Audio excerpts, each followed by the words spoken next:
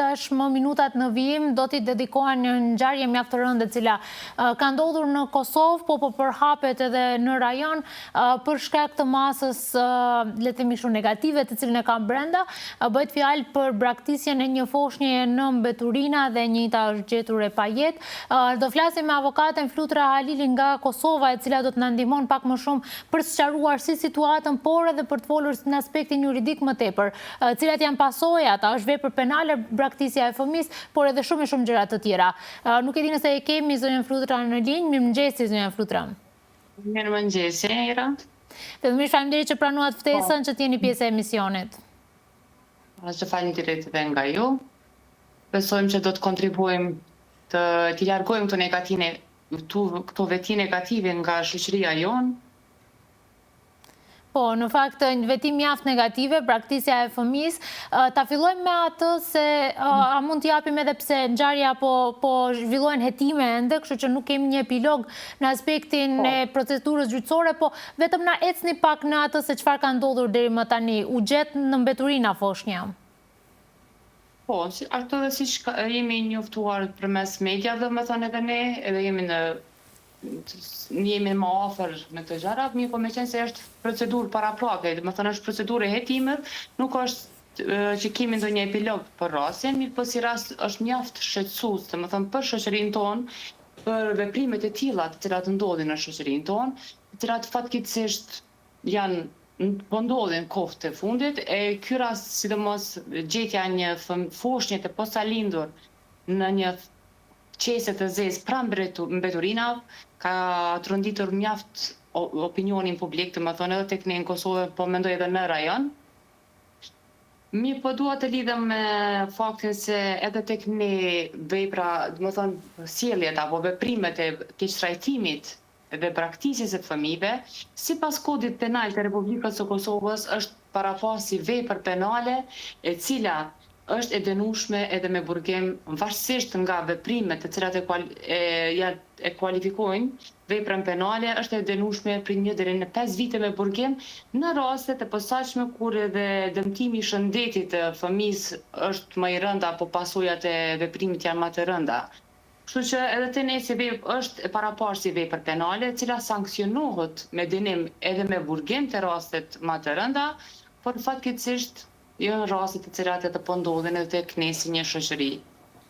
Po, në fakt, braktisja edhe tek ne në kodin penal inkriminohet si vepër penale, edhe njëjtë parashet dhe dënim me burg.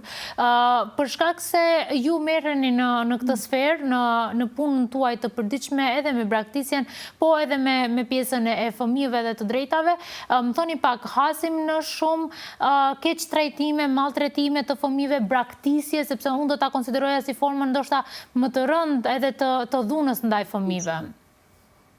Realisht, rastet e keqtrajtimit të fëmijëve janë evidente, të më thonë, por shpesh e ndodh që pa marrë parasysh komunitetin apo kujna do që i ndodh një rast i tillë, shpesh shohim fëmijë në rrugë të cilat dalin edhe kërkojnë lëmosh, kërkojnë para. Ata sigurisht punojnë ose janë të nxitur nga dikush që të dalin në rrugë dhe të kërkojnë para, lëmosh, dhe më thonë. Të cilët në vend se të ndjekin ndoshta një shkollë apo të jenë afër familjes në proporcion me moshën të cilën e kanë, ata do t'i hasësh në rrugë duke kërkuar para, duke kërkuar lëmosh, duke pastruar xhama të vetura apo edhe forma të ndryshme, domethënë, kur kjo tregon se domethënë edhe fëmijët janë keqtrajtuar në forma të ndryshme, të cilat realisht gjitha këto veprime për prindin adaptues, qoftë kujdestarin apo kushdo qoftë që është kujdestar ligjor i atij fëmisë, paraqet një vepër penale. Pikrisht. Në fakt, fatkeqësisht kërkimin e lëmoshës e përballemi edhe ne edhe në rajon, kështu që nuk është një krim i izoluar, le të themi, brenda një shteti. Kur jemi këtu në këtë drejtim, mendoni që ndërmirën masat e duhura që ne të evitojmë ose të minimizojmë sa më shumë keqtrajtimin ndaj fëmijëve, sepse nuk e di, ndoshta mirën masa, mirë po tek ne tërkohën shohim fëmijë që janë në rrugë.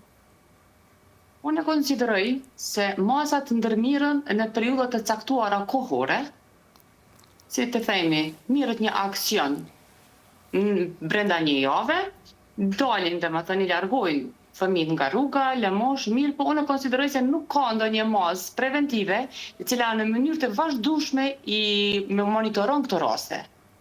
Vetëm ndoshta unë mendoj se zakonisht këto monitorime ose punohet në këtë drejtim në javën kur është mbrojtja e drejtave të fëmijëve apo në raste të caktuara për shkak se domethënë nëse i hasin këto raste për çdo ditë në rrugë, atëherë konsideroj se shteti nuk është duke punuar mjaftueshëm për të minimizuar dhe për të eliminuar këto probleme të cilat janë dukshëm të qarta kur i shef fëmijët në rrugë. Po, pikërisht. Për të rikthyer pak foshnjës në fjalë, sepse bëhet fjalë për një rast mjaft të rënd, i bie që dikush atë foshnjë të sapo lindur e ka lënë në një qese plastike. Me çka mendoni që përballemi? Përballemi me lindje nga vajza të reja shumë? Çka mendoni që po shtyn në këto veprime? Unë konsideroj se rastet e braktisjes së fëmijëve ndodhin për një sër arsye të cilat janë të ndërlidhura me shumë faktorë, siç janë faktori social, ekonomik, psikologjik, kulturor e të tjera. Një ndër faktorë, siç e potencova, është edhe varfëria, po ndoshta shpesh herë familjet e marginalizuara ndihen të paafërmi përballu domethënë shpenzimet për rritjen e një fëmije.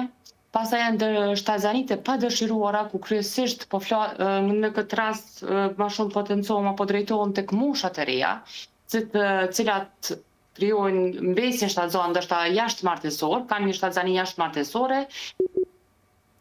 Si duket kemi një shkëputje të shkurtër me linjen me avokatën, po flisnim në drejtim të asaj se çka po shtyn në këto veprime. Përballen me stigmatizimin, turpin, presionin familjar, shoqëror, friga nga ndëshkimi e arsyet e të ndryshme, domethënë konsideroj se këto janë një ndër faktorët të cilët ndikojnë në braktisjen e fëmijëve. Pastaj konsideroj kemi kërkoj ndjes për ndërprerjen. Konsideroj se janë një ndër faktorët që ndikojnë në braktisjen e fëmijëve, janë edhe problemet mendore, edukimi familjar, edhe faktorë të tjerë të cilët po sjellin fatkeqësisht këtë dukuri negative në shoqërinë tonë, e cila ka të rondit si rasti i fundit, mendoj opinionin e gjerë. Kur tani edhe organet e ndjekjes, domethënë hetuesia, janë duke ndërmarrë veprimet konkretisht për rastin e fundit, përmes obduksionit për të konstatuar nëse fëmia ka qenë i vdekur në momentin e lindjes apo ka ndruar jetë gjatë pasi që është braktisur nga nëna, që do të jetë, konsideroj që do të jetë një si shkaktar asfiksia apo mungesë oksigjenit, se kuptohet një fëmijë brenda një qese nuk mund të jetojë. Mirë, po kjo domethënë mbetet për të zbardhur nga organet e ndjekjes, pasi pranojnë raportin e obduksionit. Do flasim pak në mënyrë hipotetike, nëse mundemi. Nëse zbulohet që vdekja ka ndodhur pasi që fëmia ka lindur i gjallë, shëndosh e mirë, mirë po ka ndodhur si pasojë e asfiksionit ose ndonjë pasojë tjetër, e cila lidhet me veprimin e një personi. Me çfarë vepre penale do të përballesh ai person, tash nëna, dikush tjetër, ndonjë familjar, dikush i huaj ende nuk dim. Tek ne, sipas kodit penal të Republikës së Kosovës, në 243 konkretisht ka parapar veprën penale keq trajtimi apo praktisja e fëmijëve, i cili ka parapar masa sanksionuese varësisht nga veprimet, ku në rastin konkret kuptohet se pasojat janë mjaft të rënda sa që janë vdekje prurse, janë parapar masa sanksionuese dhe dënimet konform dispozitave ligjore. Dua të potencoj se praktisja e fëmijës është veprim i kundërligjshëm dhe nuk ka arsye apo fakte të cilat e amnestojnë një veprim të tillë. Po, në këtë drejtim, do lidhemi me prindërit pak. Përgjegjësia prindrore, e drejta prindrore, cilat janë ato detyrimet, obligimet që prindërit kanë në raport me fëmijët që në momentin kur vendosin të sjellin në jetë një fëmijë? Që nga lindja, drejta prindrore dhe obligimi ligjor i çdo prindi është që të kujdeset në mënyrë më të mirë të mundshme për fëmijën, duke përfshirë edukimin, ushqimin, shkollimin, deri në sa fëmia të arrin moshën madhore, konkretisht edhe nëse fëmia ndjek studimet, obligim ligjor i çdo prindi është që deri në moshën sa fëmia të përfundon edhe studimet të kujdeset për në të gjitha aspektet, qoftë edukim, ushqim dhe financim për shkollim. Është obligim ligjor i prindit, jo se dua apo nuk dua, por momentin që lind një fëmijë, ti si prind e ki obligim ligjor, që çdo keqtrajtim i obligimit prindëror apo realisht në qoftë se nuk realizohet obligimi ligjor si prind, atë paraqet vepër penale. Varsisht nga veprimet, do të thuhet çdo herë vepër penale tjetë natyrës së njëjtë, natyrës së tillë sikur kjo, mirë po është obligim ligjor dhe çdo mos përmbushje obligimit ligjor, shumicën e raste paraqet edhe vepër penale. Shumicën e raste, jo çdo herë. Kuptohet. Pikërisht, flasim atëherë edhe për dhunë në familje në disa raste, mund të shkon edhe deri në atë mas keqtrajtimi. Apo, nëse nuk gaboj. Trajtimi, po. Keqtrajtimi mund të jetë se edhe dhuna në familje mundet me qenë si dhunë ekonomike, dhunë psikologjike, dhunë fizike, kështu që kjo është ai koncepti se domethënë keqtrajtimi, mirë, por në qoftë se shohim te pjesa e dhunës në familje, domethënë edhe dhunë në familje konsiderohet edhe dhuna ekonomike. Ajo që thash se si prind nuk e përmbush obligimin ligjor ndaj fëmijës, për të më kujdes për ushqim, për veshmbathje ndoshta edhe për shkollim, kuptohet çdo herë brenda mundësive të cilat i ka si prind, ku nuk mundet ndoshta me ofru shuma apo luksin e jetës ma shumë se sa ka mundësi, mirë po brenda mundësive të më thonë. Ndërsa, sa i përket dhunës në familje, kuptohet është përdorimi i forcës fizike ndaj fëmijës, ku realisht edhe me kod penal është e paraparë si rasti i dhunës në familje, ku rastet ndaj fëmijëve të mitur konsiderohen si rastet të vepra dhe më të rënda, për shkak të ndjeshmërisë. E kuptojmë. Cilat janë pasojat? Në Maqedoninë e Veriut është edhe instituti i heqjes së të drejtës prindërore në raste të caktuara për të cilat ne po flasim, sidomos në ekstremin e braktisjes së fëmijës. Po, cilat janë sanksionet tjera që i parasheh Kosova apo ligjet e Kosovës në këto raste? Edhe tek ne në Kosovë, sipas dispozitave ligjore, ekziston mundësia, domethënë sipas ligjit për procedurë jo kontestimore, nuk flasim tani më për vepër penale, është procedurë e veçantë jo kontestimore, ku në rastet e caktuara, kur shteti prindi tjetër realisht, organi kujdestarisë apo institucionet qetëse, domethënë, shohin se kemi një keqtrajtim të fëmijëve, atëherë ata mund të bëjnë propozim pranë gjykatës kompetente në Kosovë për heqjen e të drejtës prindërore.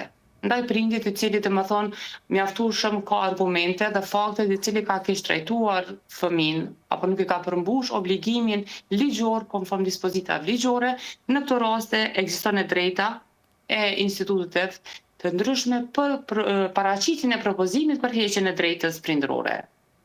Dhe cilat do të ishin pasojat? Cilat do të ishin pasojat për ta sqaruar për publikun? Çfarë nën kupton heqja e të drejtës prindërore?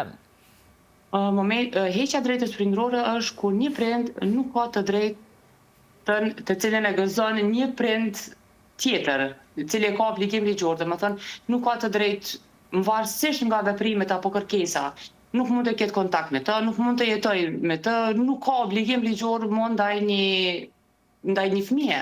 Domethënë në këtë rast, nëse ekziston prindi tjetër, atëherë gjykata me akt gjykim domethënë në formë tjetër, në procedurë kontestimore do ja beson fëmin prindi tjetër, ndërsa prindit të cila i heqet e drejta prindërore nuk do të ketë kontakt me fëmin e tij. Nuk do të realizojë të drejtat prindërore me një fjalë, të cilat i gëzon një prind tjetër. Më thoni pak, a kemi raste të shpeshta, tani statistika patjetër është ndoshta shumë rëndës e pamundur për të pas të sakta, mirë po, a kemi raste të shumta në Kosovë kur heqet e drejta prindërore dhe trajtohen këto keqtrajtimet, braktisjet, dunimet ndaj fëmijëve? Realisht mund të themi si ka si raste, mirë po nuk janë në numër të madh, për arsye se për zhvillimin e një procedure jo kontestimore për largheqjen e drejtës prindërore, realisht fillimisht duhet të zhvillohet një procedurë penale të konstatohet se çaj prind ka keqpërdor të drejtën prindërore, të mirët një vendim i plot fuqishëm i gjykatës, Pastaj, në bazë saj, mund të kërkohet edhe heqja drejtës prindërore. Po, fatkeqësisht, ndoshta rastet janë të shpeshta, po në praktik, heqja drejtës prindërore nuk është edhe rast i zakonshëm, apo nuk është që ka është në numër të madh. Parafarsisht nga praktika ju merrni në përditshmëri, për momentin po bëhet edhe obduksioni apo autopsia e foshnjës, do t'i rikthehemi pak. Për sa kohë mendoni që mund të dalin në dritë të dhënat pak a shumë? Mendoj se është kompetencë organet e ndjekjes për arsye të rrethonave të rastit, faktorëve tani duhet të bëhen hulumtime, domethënë në këtë drejtim, kështu që unë mendoj se brenda javës do të mirret një raport i obduksionit dhe do të mbidhen prova tjera relevante të cilat do të ndikojnë në zbardhjen e të vërtetës për rastin konkret. Dua të ndalem vetëm pak edhe në punën tuaj të përditshme. Më thoni pak, sa është e vështirë të punoni në këto raste, sepse ndonjëherë mendohet sikur vrasësit ose krimet e rënda janë mjaft të rënda për të punuar si avokat, mirë po kur bëhet fjalë për fëmijë dhe raportin prind-fëmijë, sa është rëndë të punohet në këto drejtime? Realisht është si profesion nuk është i lehtë, për arsye se çdo herë, posaçërisht rastet e familjes, nuk është absolut i lehtë. Mirë po, në rastet e tilla, kur din se pasojat janë edhe me fatalitet, dhe më thonë, kur është marrë jeta një foshnjë, një fëmijë, dhe më thonë, atëherë unë konsideroj se rëndësishme është një verdikt final i drejtë, në mënyrë që ne si shoqëri të vedisohemi, pa marrë parasysh, dhe më thonë, raportet fëmijë prenda, apo si çfarë do që tjetë, një veprim i kundërligjshëm është i dënueshëm, konsideroj se në këtë rast nuk duhet të kemi parasysh raportin. E rëndësishme është verdikti final, edhe të zbardhen faktet e vërteta lidhur me rastin, në mënyrë që shoqëria jonë të vedisohet edhe të eliminohen këto veprime negative në shoqëri. Pikërisht. Unë ju falenderoj që ndatë kohë sot nga dita për të biseduar për këtë temë, mjaft e rëndë, ende nuk kemi të dhëna, nuk kemi epilog të rastit, nuk dim konkretisht se çfarë ka ndodhur, por gjithsesi dham ca informacione edhe për publikun tonë. Faleminderit shumë edhe një herë. Faleminderit nga ju dhe uroj që rastet e tilla mos të përsëriten më. Faleminderit shumë. Gjithë mirat.